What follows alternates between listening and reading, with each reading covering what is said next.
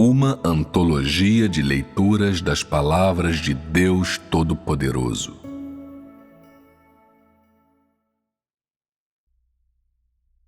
Interpretações dos mistérios das palavras de Deus para todo o universo. Capítulo 16.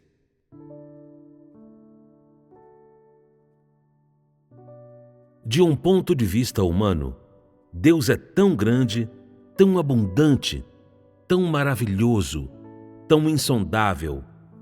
Aos olhos das pessoas, as palavras de Deus se elevam às alturas e aparecem como uma grande obra-prima do mundo. Porém, devido às pessoas terem muitas falhas e suas mentes serem simples demais, e além disso, devido às suas capacidades de aceitação serem deficientes demais, independentemente de quão claramente Deus fale suas palavras, elas permanecem sentadas e imóveis, como se sofressem de doença mental. Quando estão com fome, não entendem que precisam comer. Quando estão com sede, não entendem que precisam beber. Elas apenas continuam gritando e berrando como se estivessem experimentando indescritível adversidade nas profundezas de seu espírito, mas não conseguem falar sobre isso. Quando Deus criou a raça humana, sua intenção era que o homem vivesse em humanidade normal e aceitasse as palavras de Deus segundo os seus instintos.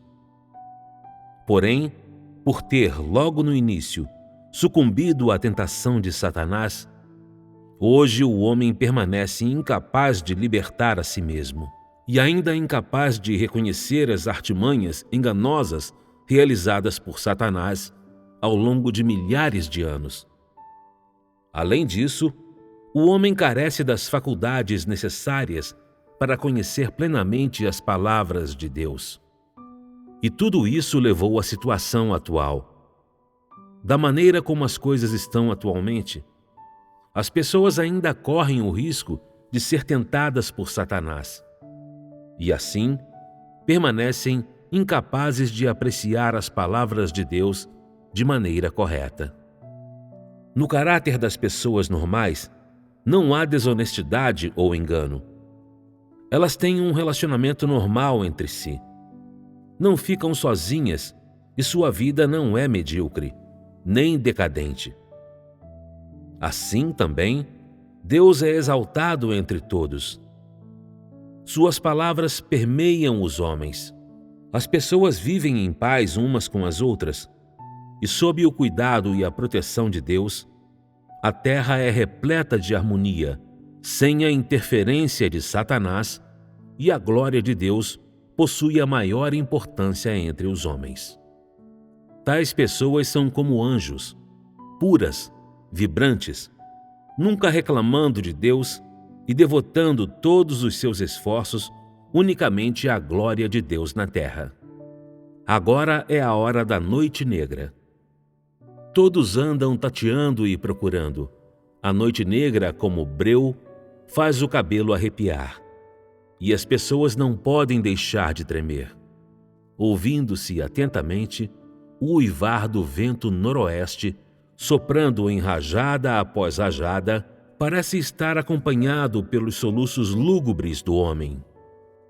As pessoas sofrem e choram por seu destino, porque elas leem as palavras de Deus, mas são incapazes de compreendê-las.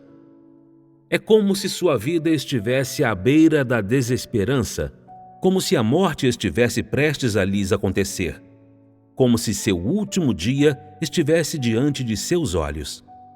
Tais circunstâncias miseráveis são o exato momento em que os frágeis anjos clamam a Deus, falando de suas próprias dificuldades em um triste choro após outro. É por esse motivo que os anjos que operam entre os filhos e o povo de Deus jamais voltarão a descer sobre o homem. Isso visa evitar que eles sejam pegos na manipulação de Satanás enquanto estão na carne, incapazes de libertar-se. Por isso atuam somente no mundo espiritual, que é invisível ao homem. Assim, quando diz: quando eu ascender ao trono no coração do homem, esse será o momento em que meus filhos e meu povo governarão a terra. Deus está se referindo ao tempo em que os anjos na terra desfrutarão da bênção de servir a Deus no céu. Devido ao homem ser a expressão dos espíritos dos anjos, Deus diz que, para o homem, estar na terra é como estar no céu. Para o homem, servir a Deus na terra é como os anjos servirem diretamente a Deus no céu. E assim, durante os seus dias na terra, o homem desfruta das bênçãos do terceiro céu. É isso o que está realmente sendo dito nessas palavras. Há tanto significado oculto nas palavras de Deus. Quando o dia chegar, as pessoas me conhecerão no fundo de seu coração e se lembrarão de mim em seus pensamentos. Essas palavras são dirigidas ao espírito do homem. Devido à fragilidade dos anjos, eles sempre dependem de Deus em todas as coisas. E sempre foram unidos a Deus e adoraram a Deus. Porém, devido à perturbação de Satanás, eles não podem evitar, não podem se controlar, desejam amar a Deus, mas são incapazes de amá-lo de todo o coração. E por isso, sofrem dor. Somente quando a obra de Deus atingir um certo ponto, o desejo desses pobres anjos de amar verdadeiramente a Deus poderá tornar-se realidade. E foi por isso que Deus disse essas palavras. A natureza dos anjos é amar, apreciar e obedecer a Deus. Contudo, eles foram incapazes de realizar isso na terra e não tiveram escolha senão exercer paciência até o presente tempo. Você poderia observar o mundo de hoje. Há um Deus no coração de todas as pessoas. No entanto, as pessoas são incapazes de distinguir se o Deus que está no coração delas é o verdadeiro Deus ou um Deus falso. E embora amem seu Deus, são incapazes de amar verdadeiramente a Deus, o que significa que não têm controle de si mesmas. A face hedionda do homem revelada por Deus é a verdadeira face de Satanás no reino espiritual. O homem era originalmente inocente e sem pecado, e assim, todas as maneiras corruptas e hediondas do homem são atos de Satanás no reino espiritual, e são um registro fiel dos acontecimentos do reino espiritual. Atualmente as pessoas têm qualificações e acreditam que podem pavonear-se diante de mim, e rir e brincar comigo sem a menor inibição, e se dirigir a mim como a um igual. Ainda assim, o homem não me conhece. Ainda acredita que somos semelhantes em natureza, que ambos somos de carne e osso, e que ambos vivemos no mundo humano. Isso é o que Satanás fez no coração do homem. Satanás usa as noções e os olhos nus do homem para se opor a Deus. Contudo, Deus conta ao homem esses acontecimentos sem equivocação, para que o homem possa evitar uma catástrofe aqui. A fraqueza mortal de todas as pessoas é verem apenas um corpo de carne e osso, não percebem o Espírito de Deus. Essa é a base de um aspecto da sedução do homem por Satanás. Todas as pessoas acreditam que somente o Espírito presente nesta carne pode ser chamado de Deus. Ninguém acredita que, hoje, o Espírito se tornou carne e realmente apareceu diante de seus olhos. As pessoas veem Deus como duas partes, a roupa e a carne. E ninguém considera Deus a encarnação do Espírito. Ninguém vê que a essência da carne é o caráter de Deus. Na imaginação das pessoas, Deus é especialmente normal, mas não sabem elas que, oculto nessa normalidade, está um aspecto da profunda significância de Deus?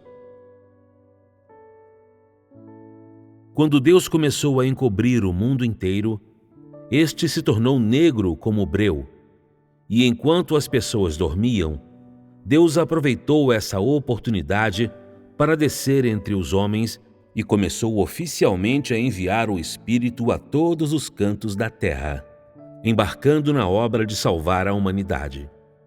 Pode-se dizer que, quando começou a assumir a imagem da carne, Deus operou pessoalmente na terra. Depois teve início a obra do Espírito, e ali começou oficialmente toda a obra na terra. Durante 2000 anos, o Espírito de Deus sempre operou em todo o universo. As pessoas não o sabem nem o percebem, mas durante os últimos dias, no momento em que esta era está próxima de se acabar, Deus desceu à terra para operar em pessoa. Essa é a bênção daqueles que nasceram durante os últimos dias, que são capazes de contemplar pessoalmente a imagem de Deus que vive na carne. Quando toda a face do abismo era turva, comecei a provar entre os homens a amargura do mundo. Meu espírito percorre o mundo todo e sonda o coração de todas as pessoas. Contudo, assim, também conquisto a humanidade em minha carne encarnada. Tal é a cooperação harmoniosa entre Deus no céu e Deus na terra. No fim, em seus pensamentos, as pessoas crerão que o Deus que está na terra é o Deus que está no céu, que os céus e a terra e tudo que neles há foram criados pelo Deus que está na terra, que o homem é controlado pelo Deus que está na terra, que o Deus que está na terra faz a obra do céu na terra, e que o Deus que está no céu se manifestou em carne. Esse é o objetivo final da obra de Deus na terra, e, portanto, esse estágio é o padrão mais elevado de obra no período da carne. Ele é realizado em divindade e faz com que todas as pessoas se tornem sinceramente convencidas. Quanto mais as pessoas procuram por Deus em suas noções, mais sentem que o Deus que está na terra não é real. Assim, Deus diz que as pessoas procuram por Deus entre palavras e doutrinas vazias. Quanto mais as pessoas conhecem Deus em suas noções, mais competentes se tornam em falar essas palavras e doutrinas e mais admiráveis se tornam. Quanto mais as pessoas falam palavras e doutrinas, mais se afastam de Deus, mais incapazes se tornam de conhecer a substância do homem, mais desobedecem a Deus e mais se afastam das exigências de Deus. O que Deus exige do homem não é tão sobrenatural quanto as pessoas imaginam.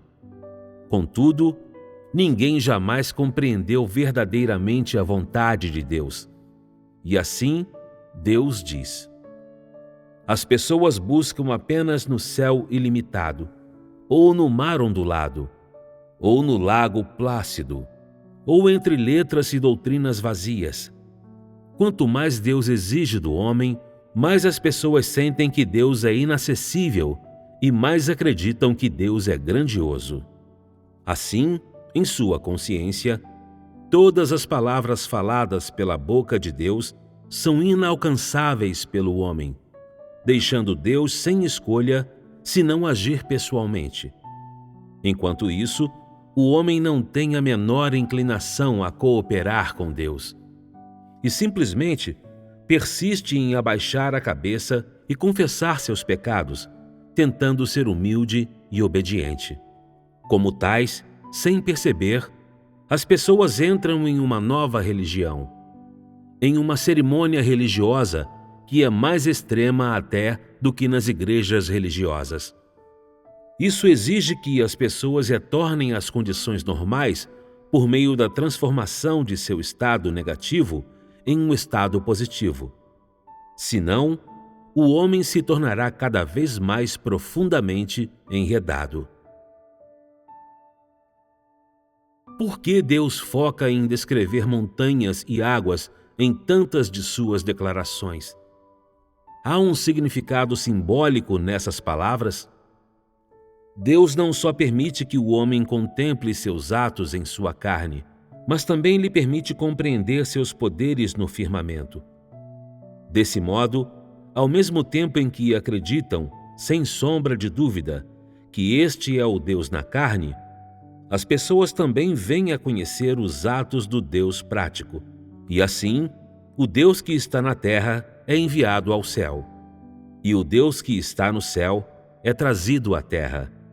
E somente após isso, as pessoas se tornam capazes de contemplar mais completamente tudo o que Deus é e de ganhar um maior conhecimento da onipotência de Deus. Quanto mais esse Deus consegue conquistar a humanidade em carne e transcender a carne para viajar tanto acima do universo como por todo o universo, mais as pessoas podem contemplar os feitos de Deus com base na contemplação do Deus prático. E assim, conhecer a veracidade da obra de Deus por todo o universo. Que ela não é falsa, mas real. E assim vêm a saber que o Deus prático de hoje é a encarnação do Espírito, e não é do mesmo tipo de corpo carnal que o do homem. Assim, Deus diz: porém, quando desencadeio a minha ira, as montanhas são imediatamente despedaçadas. O chão começa imediatamente a tremer. A água seca imediatamente e o homem é imediatamente atingido pelo desastre. Quando leem as palavras de Deus, as pessoas as associam à carne de Deus. E assim, a obra e as palavras no reino espiritual apontam diretamente a Deus em carne, o que leva a um resultado mais eficaz. Quando Deus fala, frequentemente é do céu para a terra, e então, mais uma vez, da terra para o céu, deixando todas as pessoas incapazes de compreender as motivações e as origens das palavras de Deus. Quando eu estou nos céus, as estrelas nunca entram em pânico pela minha presença. Em vez disso, dedicam-se a trabalhar para mim. Assim é o estado do céu. Deus organiza metodicamente tudo no terceiro céu, com todos os servos de Deus fazendo o seu próprio trabalho para Deus. Eles nunca fizeram coisa alguma em desobediência a Deus. Por isso não são lançados no pânico mencionado por Deus. Em vez disso, põem o coração no seu trabalho. Nunca há desordem, e assim, todos os anjos vivem à luz de Deus. Enquanto isso, devido à sua desobediência e por não conhecerem a Deus, todas as pessoas da terra vivem em trevas. E quanto mais se opõem a Deus, mais vivem em trevas. Quando diz: quanto mais brilhantes são os céus, mais sombrio é o mundo sob eles. Deus está se referindo a como o dia de Deus está se aproximando ainda mais de toda a humanidade. Assim, a ocupação de Deus de 6.000 anos no terceiro céu logo será concluída. Todas as coisas da terra entraram no capítulo final, e em breve serão cortadas da mão de Deus. Quanto mais as pessoas entram no tempo dos últimos dias, mais são capazes de provar a corrupção no mundo do homem. Quanto mais avançam no tempo dos últimos dias, mais indulgentes ficam em relação à sua própria carne. Existem até muitas que desejam reverter o estado miserável do mundo, mas sua esperança se perde em meio aos seus suspiros em decorrência dos feitos de Deus. Assim, quando as pessoas sentem o calor da primavera, Deus cobre seus olhos, e assim elas flutuam sobre as ondas revoltas, nenhuma delas sendo capaz de alcançar o bote salva-vidas que está distante. Devido às pessoas serem inerentemente fracas, Deus diz que não há quem possa mudar as coisas. Quando as pessoas perdem a esperança, Deus começa a falar a todo o universo. Ele começa a salvar toda a humanidade. E somente depois disso, as pessoas são capazes de desfrutar a nova vida que surge quando as coisas foram transformadas. As pessoas de hoje estão na etapa do auto-engano, devido à estrada diante delas ser tão desolada e indistinta. E visto que seu futuro é ilimitado e sem fronteiras, as pessoas desta era não têm inclinação alguma para lutar e só podem passar seus dias como um pássaro anhão. Nunca houve alguém que tenha procurado seriamente a vida e o conhecimento da vida humana. Em vez disso, eles aguardam o dia em que o Salvador que está no céu desce subitamente para reverter o estado miserável do mundo. E somente depois disso, eles tentarão levar a vida a sério. Esse é o verdadeiro estado de toda a humanidade e a mentalidade de todas as pessoas. Hoje, Deus prediz, à luz da mentalidade atual do homem, a nova vida futura do homem. Esse é o aparecimento do reflexo de luz do qual Deus fala. O que Deus prediz é o que finalmente será realizado por Deus e são os frutos da vitória de Deus sobre Satanás. Eu me movo acima de todos os homens e estou observando todos os lugares.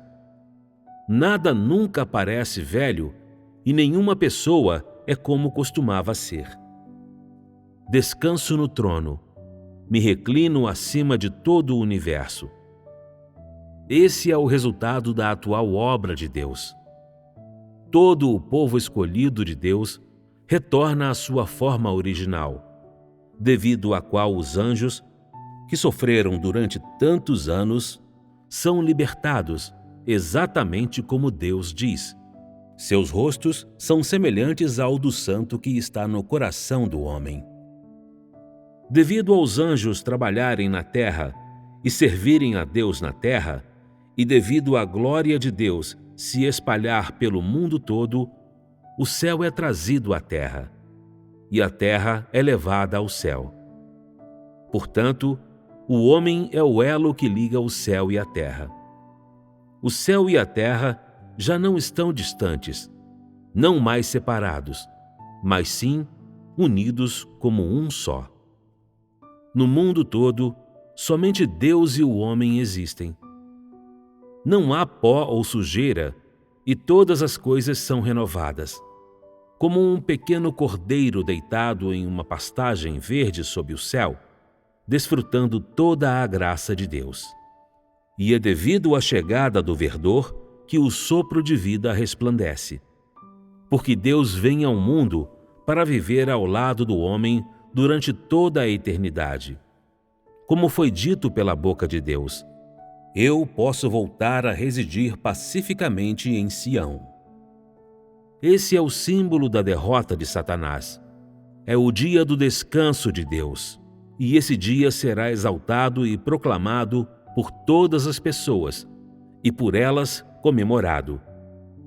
Quando Deus estiver em repouso sobre o trono, esse será também o momento em que concluirá a sua obra na terra. E esse é o exato momento em que todos os mistérios de Deus serão mostrados ao homem. Deus e o homem estarão eternamente em harmonia, nunca separados. Tais são as belas cenas do reino. Nos mistérios há mistérios ocultos. As palavras de Deus são verdadeiramente profundas e insondáveis.